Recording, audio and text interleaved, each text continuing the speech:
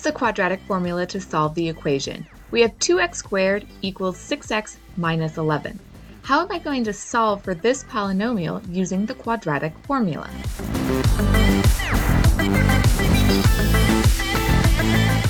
Chloe is here with her latest cheat sheet notes. She wants you to know that the quadratic formula is x equals negative b plus or minus the square root of the quantity b squared minus 4ac all over 2a.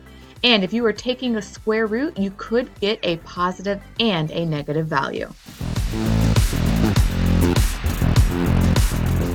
Now that we have Chloe's cheat sheet notes, we can go ahead and use a quadratic formula to solve for this equation.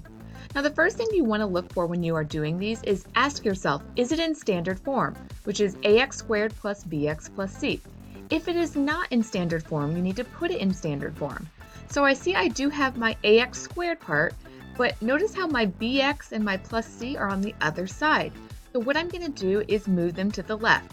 First, I'll start by moving the 6x to both sides. When I do that, the 6x's will cancel on the right. So that will give me 2x squared minus 6x equals negative 11. Then I'm going to go ahead and add 11 to each side. They will cancel on the right. And I end up getting 2x squared minus 6x plus 11 equals 0. I now have it in standard form. My ax squared is 2x squared, my plus bx is negative 6x, and my plus c is positive 11. From here, I'm going to go ahead and get my a, my b, and my c. Those are the coefficients in front of the variables. So my a is 2, my b is negative 6, and my 11 is the constant at the end. Then Chloe let us know that the quadratic formula is x equals negative b plus or minus the square root of the quantity b squared minus 4ac all over 2a. And I'm just going to go ahead and plug my a, my b, and my c into the quadratic formula. So my first thing I have is negative b, so that's going to be a negative 6 plus or minus the square root of b squared, so that's going to be the parentheses, negative 6, close parentheses, squared, minus 4 times a, which is 2, times c, which is 11, all over 2a, which is 2 times 2.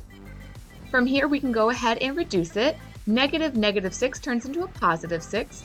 Negative 6 quantity squared is a positive 36. Negative 4 times 2 times 11 is a negative 88. And in our denominator, we have 2 times 2, which is 4. From here, we can reduce what's inside the radicand. 36 minus 88 is a negative 52.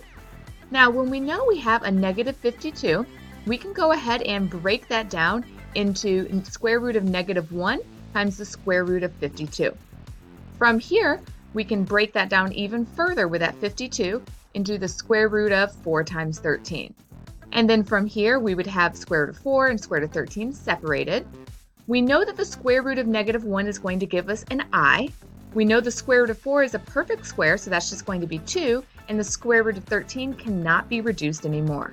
When we multiply those all by each other, we get 2i square root of 13. So I'm going to go ahead and plug in 2i square root of 13 in for square root of negative 52. When I do that, I get 6 plus or minus 2i square root of 13 over 4.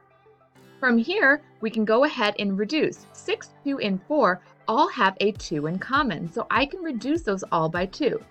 6 divided by 2 would be a 3, 2 divided by 2 would be 1, and 4 divided by 2 would be 2.